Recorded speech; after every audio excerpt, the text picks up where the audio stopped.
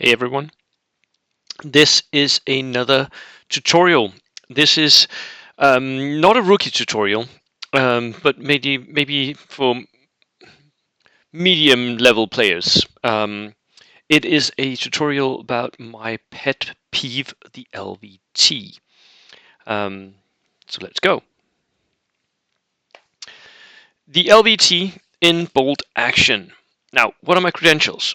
Well, the LVT, going back like 2 years, everyone thought that it was unplayable. You couldn't take it to tournaments. It was not competitive. It wasn't really a thing.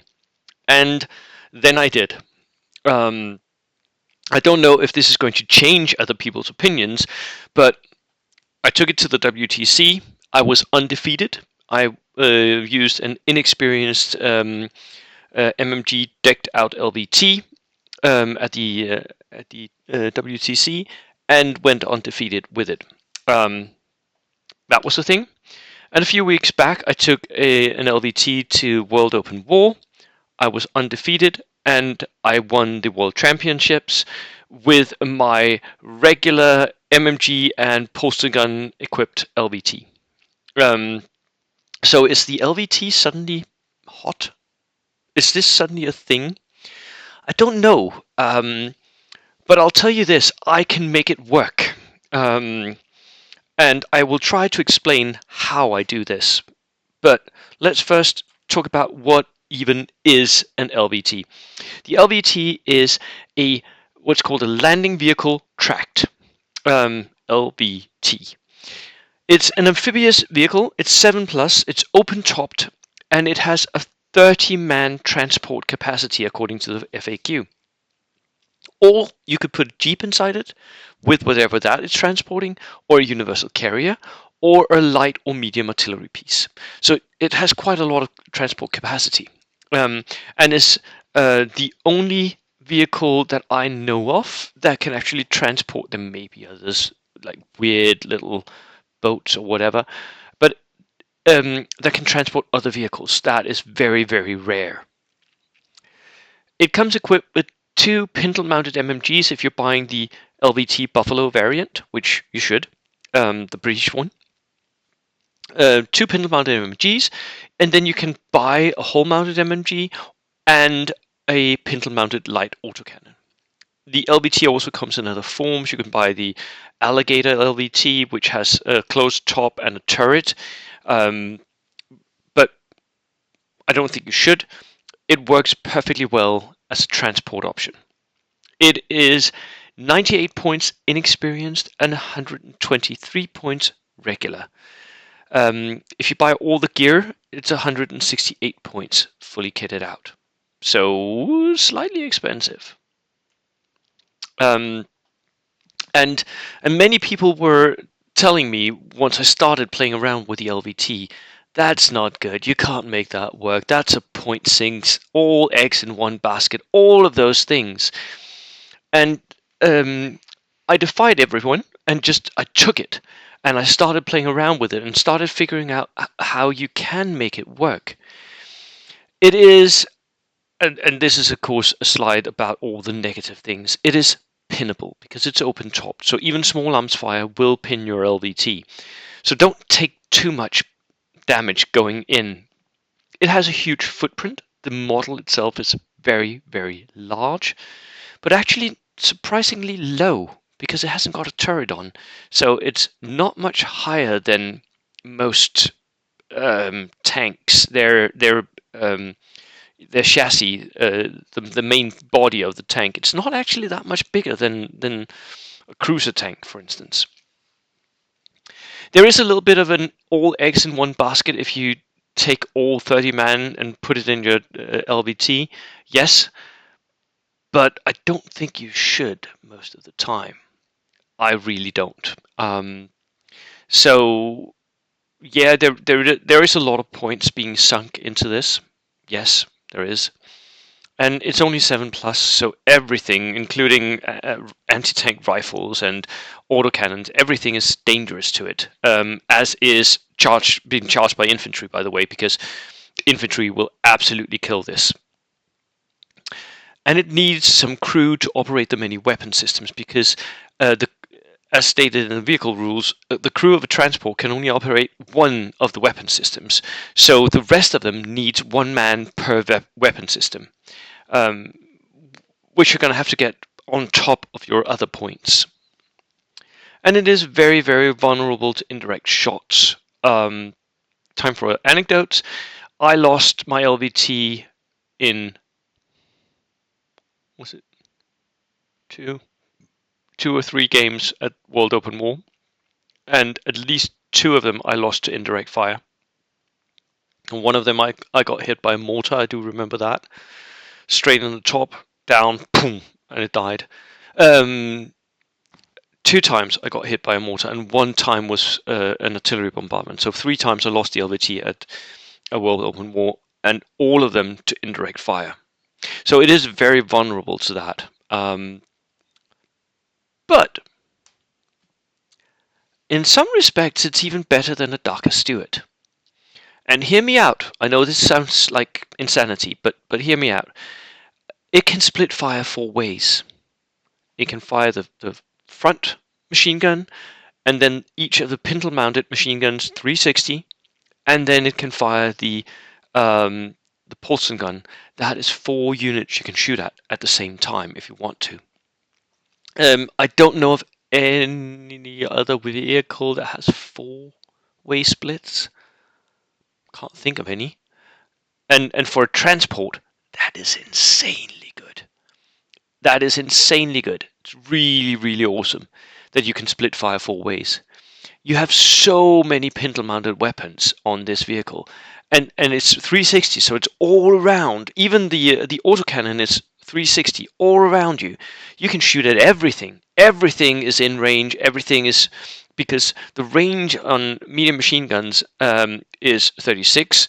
So most of the time, you're having driven 9 inches into the board, you can reach anything. And the autocannon, it just has, I mean, is that 60 or 48 inch range? It's quite a lot.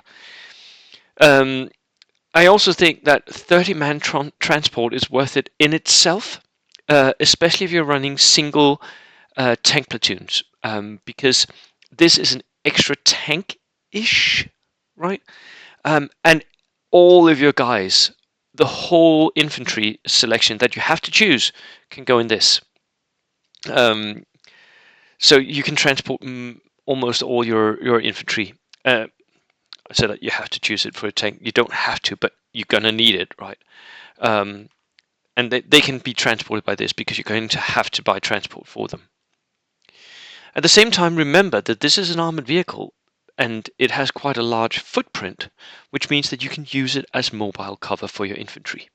And it becomes hard cover, because armored vehicles are, unless a TO says otherwise, they are hard cover for whatever walks behind them. Which is really cool. So there are times where I would move my LVT up and turn it sideways, sacrificing it, but I would move my infantry up behind it, knowing that I would suddenly get hard cover. If that was on an objective, that objective is now very, very secure. It's also a huge bullet magnet in many respects. I have a feeling that in most of my games, the enemy was trying to get the LVT and was worried about the LVT to quite a large extent. So I find that people focus on it and they shoot at it as much as they can. And it means that they spread out their anti-tank capabilities more than they would normally. So in a single platoon, for instance, where I have one other tank, typically a Darker Steward, the LVT is there to spread out the enemy's anti-tank capabilities, and because they have to spread out in order to cover both, they can't really take on both. So either they focus on one, kill that, and then the other, just because it's basically a Darker Steward, right? 15 machine gun shots and 2 shots with HE1. Boom! That will kill most things. Also, there's a cheeky little thing you can do. Like, if you own a model of the LVT, and maybe I should actually get my model out. Where is it? It's somewhere over on my shelf. I'll get it for you. Just a sec. I'm in my game room here, by the way, and whoop, I'll get you my model here. Because there's the sneaky little thing you can do because the LVT is so goddamn big. And it's this. Look at what I'm doing here, right? This is my LVT. I'll remove the Polston gun just for this demonstration. When I turn it, I have to turn it on the center here. So I turn it like that. Now, look at what I'm doing here, if you can, with the camera. Once I turn it, can you see how much more? So it goes from there to there. That's almost 2 inches that I'm turning my way into. So what I'll do is, if I need to move to someplace else, I'll place the the LVT right up against the border where I can, right at the edge of my deployment zone, if I'm safe, by the way. If I'm not safe, then other things need to happen, right? But if I am safe in that deployment, I'll place it right along the border, and then when I get my turn, I'll turn it as the first thing, gaining maybe 1.5, maybe 2 inches. Can't really tell how much that is, but it's a substantial amount. So that gains me extra inches just because it has such a goddamn large footprint. That is absolutely brilliant. I love my LVT for that. It's a 2-inch steal, I call it, that I'm stealing in movement every single time I turn that LVT. So turning the LVT is actually quite beneficial. So on to tactics. For me, there's a few. There are 3 different types of tactics with the LVT that I employ. The first one is transports. Most often, I will use it as a rush unit if I can. If the board is covered in line of sight blockers, I know that I need to go into the center. Then turn 1, I'll do what I just did, right? I will turn it, gaining 2 inches, then I'll drive forward 9 inches, and then whatever is in the LVT will get out another 12 inches. So that is 23 inches that I'm pushing out from my deployment zone in the first go. That is a lot of rush power that you get from one of these. For something that can drive through area terrain, right? It's not wheeled, so it can go through area terrain, which is really, really good. So that's the turn 1 rush, where I turn it and then push. I also quite often use it in reserves. So if I'm playing a mission that has preparatory bombardment, for instance, I won't deploy my LVT because that seems dumb to lose it on the first rolls of a preparatory bombardment. But I'll put it in reserve, and then I'll push from there. Quite often in one of the flanks, I'll push up the LVT, I'll push it into area terrain and start darkening whatever it is. If I'm transporting anything in, typically that will be a flamer or a Piat or both in the transport, maybe with a lieutenant to give me myself a bonus for coming in from the reserve. That LVT suddenly becomes very, very dangerous because it's sort of like a Steward, and at the same time it carries the flamer or the Piat to threaten away enemy armor. So it's quite a good flank push unit, and it's even more beneficial to do it later in the game when you know where the enemy's anti-tank assets are. You can always push up somewhere else, and because you have so much reach, it doesn't really matter that you can't reach in the first turn. You'll get up in the flank and then start shooting into the center of the board where the enemy is. For World Open War, I quite often ran my flamer or my Piat in the LVT, quite often with the 5-man regulars that was in my list as well. The 5-man regulars were bought specifically for the LVT because they could man all the guns that was on the LVT. At the same time, they could make sure that the LVT wouldn't die from being too close to the enemy. They could go out and fight in close combat if needed. and they could get out and jump onto objectives. So those 5 men, very, very important for me. And quite often with the lieutenant in it as well, as I said, to give myself that boost to coming on from reserves. Yeah, so that was how I employed it as a transport vehicle. However, even though you could transport 30 guys in it, I quite often didn't.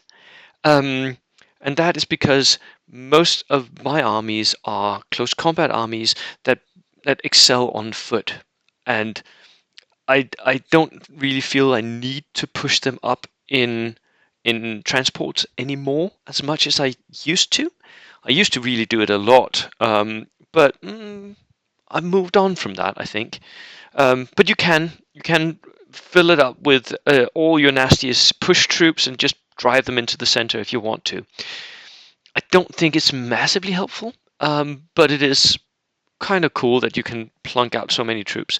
The only thing is that uh, if you do that, if you fill it up with troops, you are going to be a big target because everyone will be gunning for you because that's a lot of pins that you can distribute out to all the transported units. So that does play into the all eggs in one basket problem, as I talked about before. Placement. I quite often like to place it as late as possible, even sometimes later than the darker Steward that I also took. The LVT would often go down as the last unit that I placed on the board, or the last unit coming on from the reserves. And that is because I wanted to know where the enemy's assets were. Everything that could hurt my LVT, I wanted to know where it was, so that I could use line of sight blockers to stay out of line of sight of that and start offending units that couldn't really fight back. So moving in, having seen that there was that one infantry unit that had moved up over on a flank, I would then find the angle, find out where I could be safe from his artillery, and then just move in and start shooting all my guns at him. Away from enemy artillery, especially away from enemy autocannons if I could. And if the enemy had movable artillery and movable autocannons, like a 250/9 armored car or something, I would quite often drive into area terrain. Especially hardcover ruins was a favorite haunt of my LVT.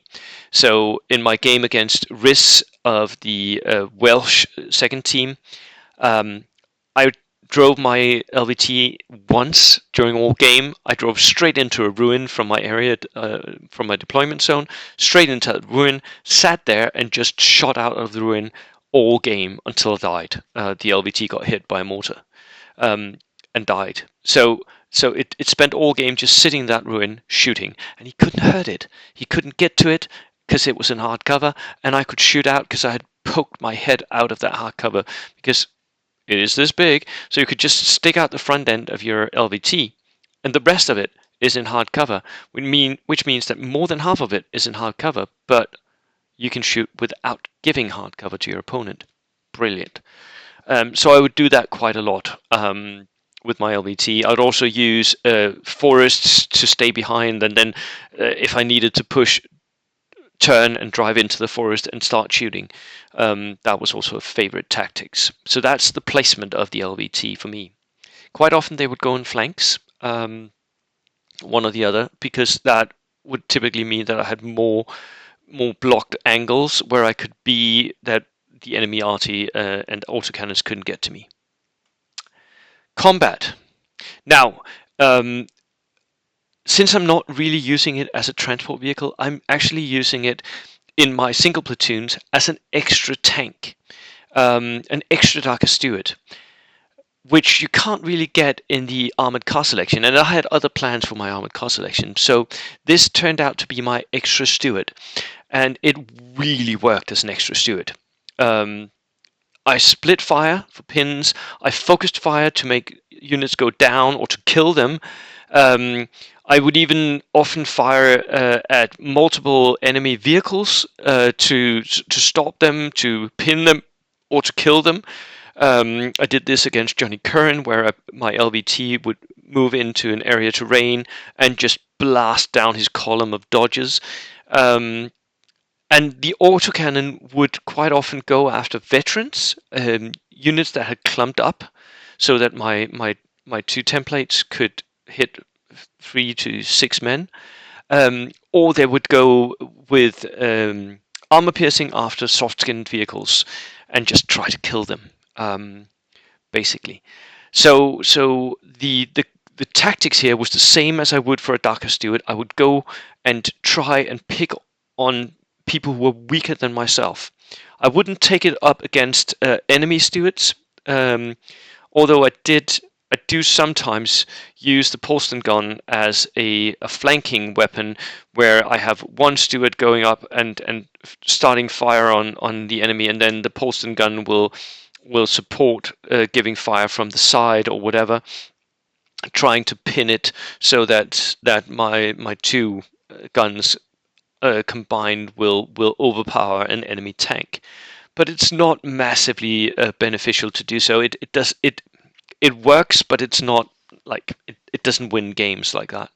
So for me, it's way better just picking on infantry, picking on things I need pinned, picking on soft skin vehicles. All of that works like a charm, the LVT. So that is how I use the LVT for the WTC and for World Open War. I think you should give it a try. It is definitely not an easy unit to play, and you will lose it quite often. But a little bit conservative play and fielding it like a darker tank in your own backlines. My LVT never actually crossed the table. Not in no single game, both for the WTC and the World Open War. Not one game did it cross the center of the board. Actually, it stayed in my deployment zone almost all games. Just handing out pins, handing out Darker to the enemy as they came on. Yep, that was it. That's how I won the World Championship, using an unwinnable, an unusable unit. That was it for me. Cheers.